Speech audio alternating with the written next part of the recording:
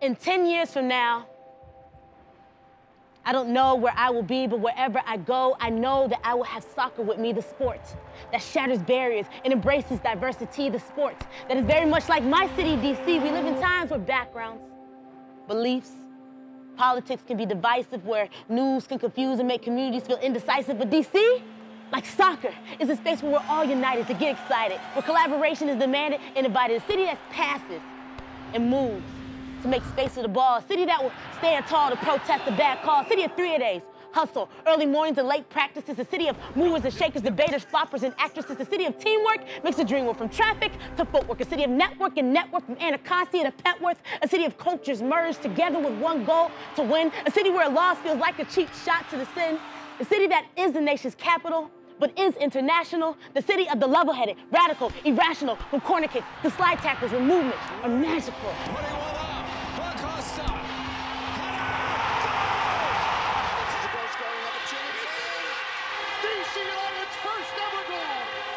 A city of history, mistakes, growth, and pain, a city of misery, laughs, joy, and gain, a city of mystery and layers, a city of coaches and players, a city that's a glaring reflection of me, a city that's a glaring reflection of we. 10 years ago, I did not know where I would be, but right now, I'm in a city that embraces diversity because we live in times where backgrounds, beliefs, and politics can be divisive, but DC, like soccer, is a space where we all can feel united.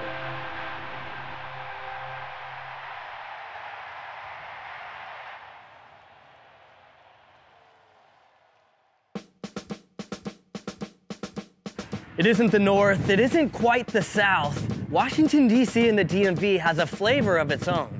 Dubbed Chocolate City, at one point, D.C. was over 70% Black. Go-go music is a big part of this city. It's something that started here. You'll for sure hear a song once every game. If you come to a DC United game, you'll hear a Chuck Brown song played. On any given night, you could catch jazz giants like Duke Ellington, Cab Calloway, and Billie Holiday perform at the nightclubs and theaters on U Street, better known as Black Broadway.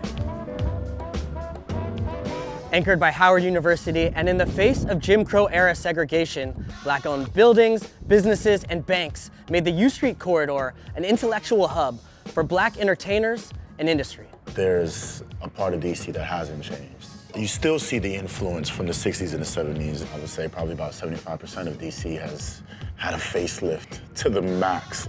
You can see it's not Chocolate City anymore. It's unfortunate to see that shift because I think a lot of the art and a lot of the culture and what makes DC, DC, it's not here, it's not what it used to be. The district's chocolate roots run deep in soccer, too. This campus used to be jumping. This is the civil rights. You know, it was common to see Stokely Carmichael, who was a soccer player here, or Jesse Jackson or Angela Davis, and a crowd there. And it's a revolutionary period. Howard University has been placed as the custodian within this triangle of blackness.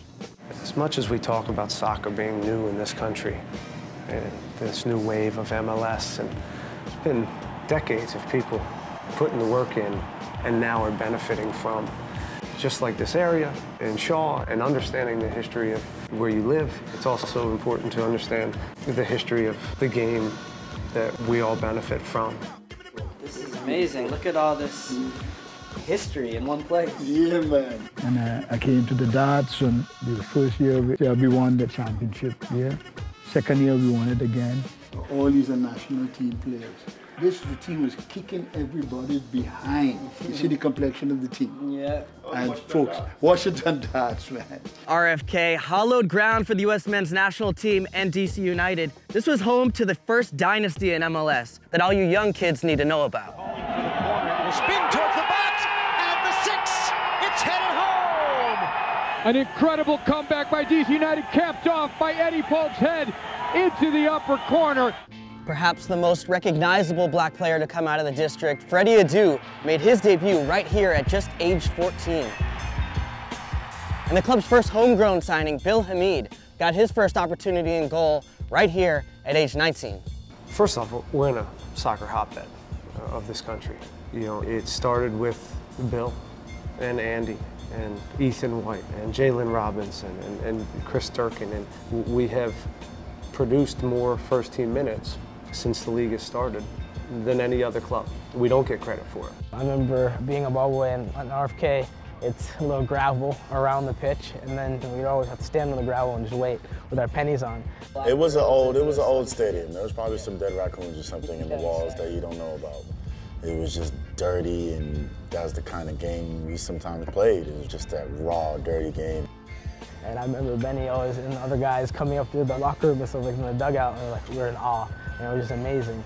And to have him as a coach now, it's just like, wow, look at the times have changed. It's time for new expectations with this club. We were in the dark for a little bit, and this new stadium has us relevant again in this city.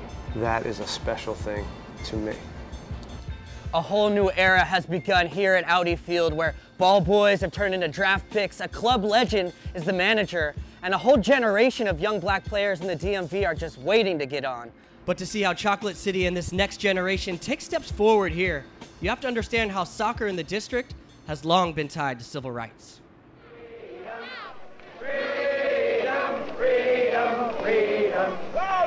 On August 28, 1963, nearly 300,000 people gathered right here for the March on Washington to hear Dr. Martin Luther King deliver his iconic I Have a Dream speech.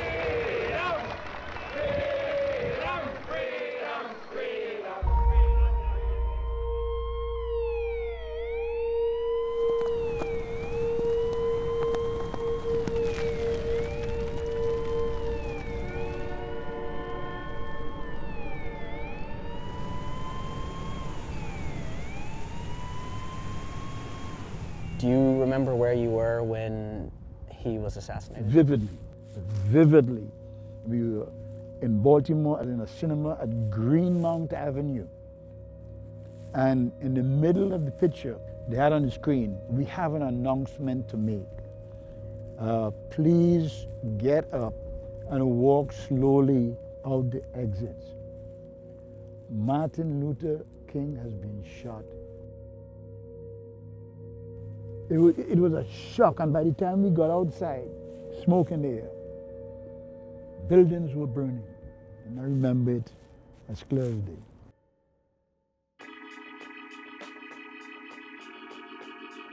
Black America got angry.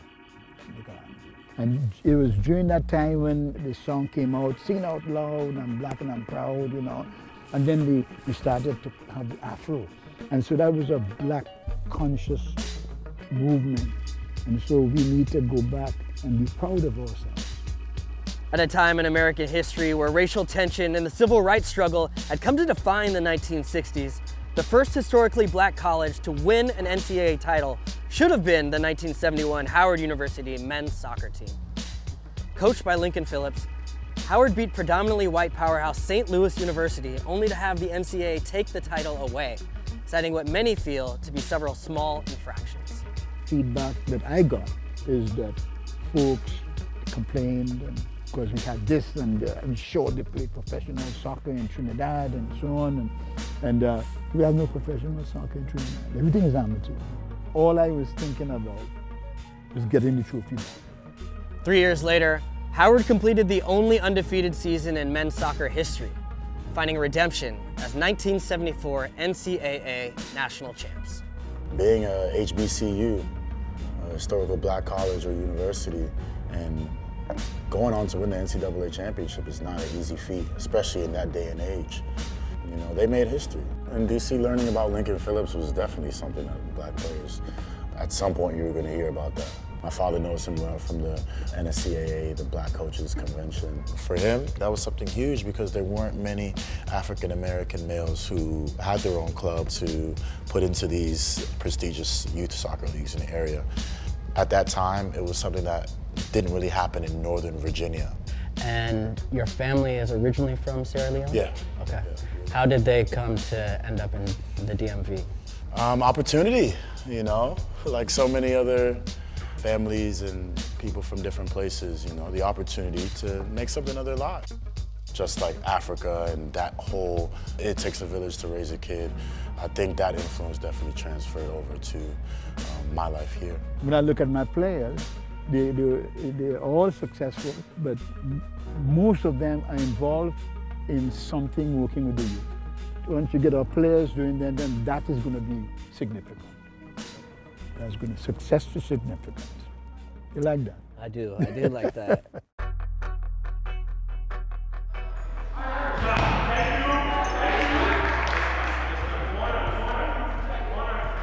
This is sad. I've got to like beg to like get on the, I'm like, Amir, keep scoring goals so I can play. If we lose now though, I'm in trouble. We have to win. If I'm the difference. I played against Amir Lowry for many years in MLS. Born and bred uptown. Since retiring, Amir's moved back to the district to start Open Goal Project. Last time I saw him was in Atlanta at All-Star, representing DC United as a community MVP for his work to get kids from lower income neighborhoods access to the beautiful game. So we started working with a few kids, then more kids, and then we really were able to see, okay, there's this top level where kids are traveling nationally. Like for our top players, I think it was over $10,000 and over 20,000 miles just to play normal competitions and a normal schedule for their team. More so than anything, we just feel like they're our responsibility, or we've almost invested in them as people. ¿Tienes un correo del manager? We want to, see them over the finish line. That to us means a college scholarship. Thank you, man. Appreciate it. Well, I'm retiring. That's all I got.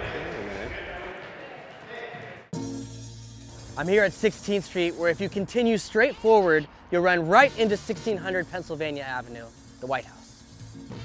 In many ways, the street has become a dividing line for the city in general, with the more affluent neighborhoods leading to the suburbs going to the west, and to the east, the U Street corridor and the historically black and brown wards. It seems to be a dividing line for soccer too. DC United is looking to change that in their partnership with DC Scores, a soccer and poetry program at DC Public Schools. At DC Scores, the kids are able to get that physical aspect with the soccer, able to get out and be healthy on the field and run. And poetry gives them a platform and a way to express themselves. So they're able to take care of themselves mentally, and they're able to take care of themselves emotionally. And the good thing about poetry, there's no rules. When I say spoken, you say words spoken, spoken. You have a personal relationship with Ben Olsen too. That's my buddy. That's my boo. Ben, I love you. Yeah, Ben is an artist as well. Like, Ben is an amazing painter, and I think he gets it. Any artist can respect another artist. This guy's taking time out of his busy schedule to come hand out awards to the winners of the Poetry Slam, and he does it for the Poetry Slam. He could do it easily for the soccer tournaments, but the fact that he comes and shows that respect to the art side of our program is just super meaningful. DeAndre's poem really touched me, and hearing about his ode to DC and the different neighborhoods that he travels through. We have kids who can tear up a soccer field, for sure. And we may as well have a mini Messi in our midst, but we might just have a mini Maya Angelou or a mini Langston Hughes. Everyone, put your hands together right now for DeAndre! The real Northeast, where I reside, the home of alleyways and elderly porch sits, isn't it beautiful? The way we deal with so much bad, because we see so much good. The soccer is what brought him in, but the poetry is what made him stay. He didn't even know that there was a poetry aspect or component to it. I didn't really know until like the end of the season. We thought like it was gonna be like a big pizza party, and then we walked in the room and there was a DC Scores representative explaining the poetry aspect to us. This is my first time writing poetry because other times I didn't have anything to talk about. I was thinking about all the fun in the world, about what I could do, and what I can do for others. The things that really touch my heart is seeing the kids that are all soccer, and once they really get into the poetry, seeing them really blossom on the stage is something that is special to me. It's opening them up to a space and allowing them to be vulnerable in a place I don't think they would have ever done before without this program. What do you want to do next? What do you see in your future? I would love to play soccer professionally, but my main goal is to go to college to get my law degree and become a civil rights attorney. Everyone says they want to be a lawyer, but an exact civil rights attorney is someone that protects the rights and the privileges of the people. And especially within my own culture, that's something that isn't always protected. This city is where I belong. And it's accepting of visitors, so come along. I promise you, it's never dull and it's so exciting. Because this city is beautiful, and that's just the way I like it.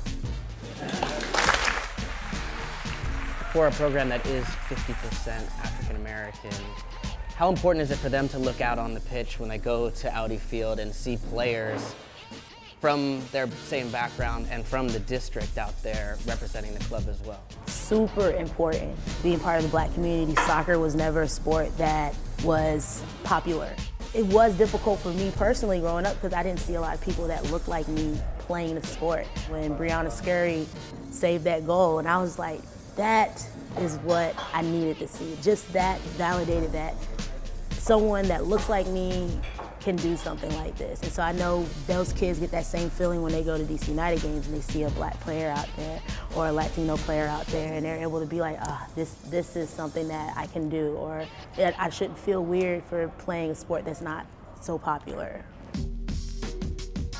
Can DC United be a force in bringing people together around soccer? We have one of the most diverse fan bases, I think, in this area. And that means a lot to us.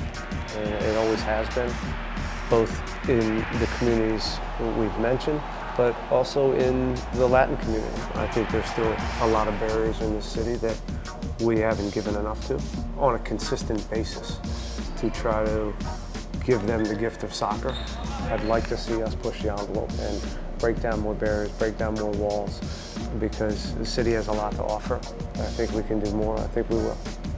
And just you working for MLS, just coming and talking about these things and so on, is a huge step, man. It is telling me that you understand, you know that there's something and there's time that we should do something about it. I think a lot more kids need to hear this story in the city. You want to know your history. You want to know that you can break barriers when odds are stacked in your favor. You want to know that you can make something happen if you have the right focus, you have the right mentality, and that's something that Lincoln told me. It's special. It really is some special history. The entirety of DC is historic, honestly, and that is something that my mother always taught me about. Whether we passed something that was historic, you might not know that that house you just passed was the home of a slave owner. Important things like that are going on all around DC, and it's important to keep the details, you know? As the name Chocolate City disappears from the lexicon here, the greater fear is actually that the district itself loses its soul as it loses its hue. In a city known for its monuments and museums, the people here pay homage to the district's lesser-known icons of Black Broadway, whose stories cling to the colorful walls and alleyways of the U Street corridor. The creation of our American soccer story is still very much a work in progress, where a part of being truly inclusive similarly involves understanding and honoring the lesser-known stories of those who've been historically left out. The next generation deserves to know that this city, this sport, it was yours to begin with, even if hidden in plain sight.